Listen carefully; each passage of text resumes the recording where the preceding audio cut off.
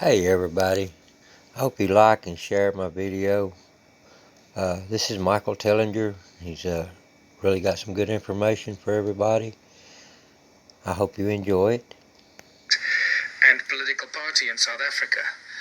This movement arose in 2005 out of my original philosophy on a whole new social structure that I called at the time contributionism, only to realize that virtually all ancient cultures have had similar systems that have been suppressed and lost to us all through capitalism, industrialization, modernization, and ultimately the greed of a handful of humans that want to rule the world.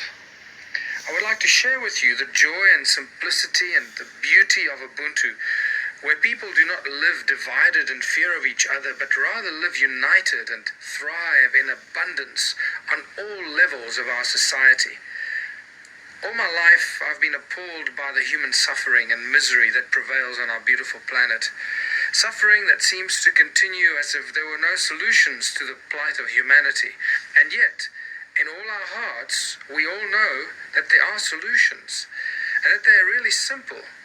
But somehow, our so-called leaders are not providing the solutions, but instead creating more confusion and misery. I remember as a young child being deeply affected by the suffering around me, wondering why there are poor people and rich people, why some people are homeless and hungry while others live it up in luxury.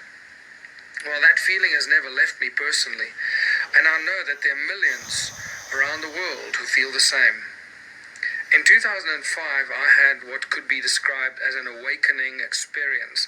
Like millions of people around the world, I began to realize that there had to be something more to this life than the strife and misery that most people experience on a daily basis. I began to look around for the reasons of the human misery and suffering, trying to find a simple solution to it all.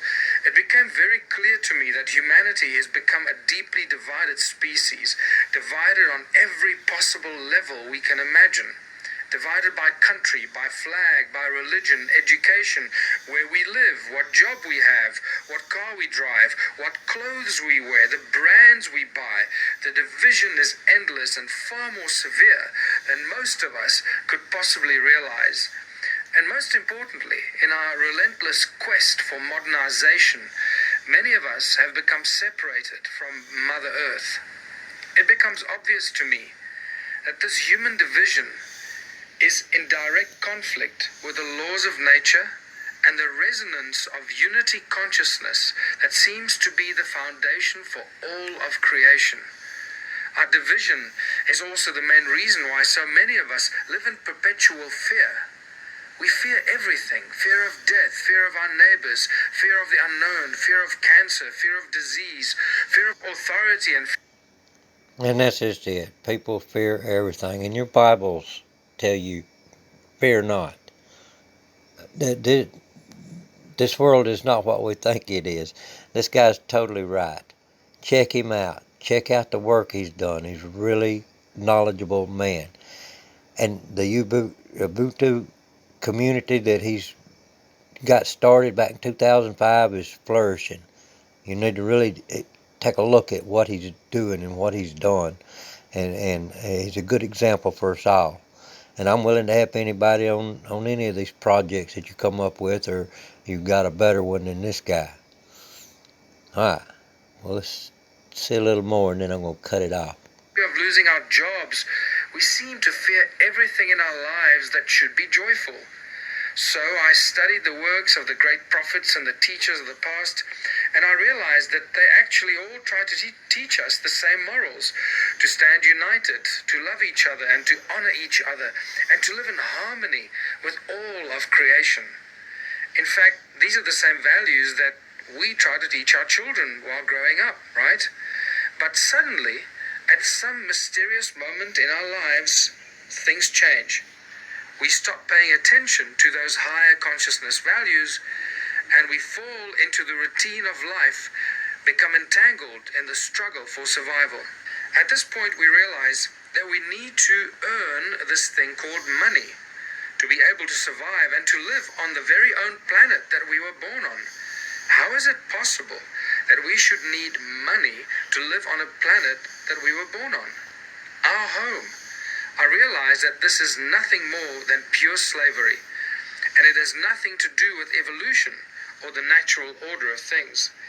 This is indeed the great trap that has been set for us, but by whom, we need to ask.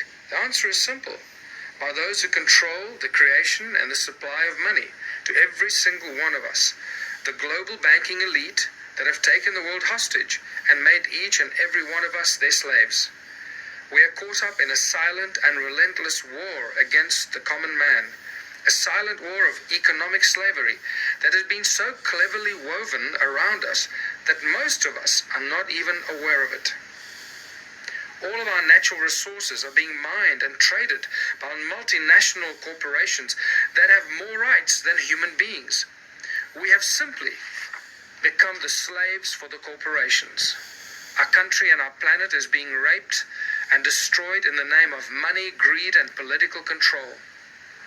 Most of us don't even have the foggiest clue how it all works, how money is created, and how a small number of banking families keep us all enslaved, and how they completely rule our lives.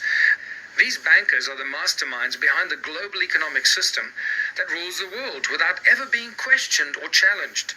A system that is designed to control and destroy everything that opposes it to ensure its own survival. But now that we know this, we can do the right thing and inform everyone about this injustice and do something about it. And so, millions of people are waking up to the silent war against humanity and are standing united for change all over the world. People of courage, vision, and enlightenment who know there is a better way ahead for humanity. The great masters of the past all had a simple message for us: to lead simple lives and enjoy life to the fullest while we are here in our physical bodies. After all, we are all immortal souls from the divine creator of all, having a physical experience on this earth. It is up to us to be happy or miserable. Personally, I choose love and happiness above all. I believe that this is the common thread that binds us all. Everybody wants to be loved and wants to be happy, but many of us do not know how to attain this state of bliss. The great masters taught us that material possessions and riches will not bring us happiness. And history has shown us that during great times of change, empires of the past have crumbled because of the greed of its leaders. The time for great change is upon us once again. It is up to us, the majority of the people of the world, to embrace these changes, not through violence and opposition, but through love and unity for all of humanity. Alright, I'm going to stop it right there and see if I can upload this. So let's see what we got. Well, it ain't going to let me.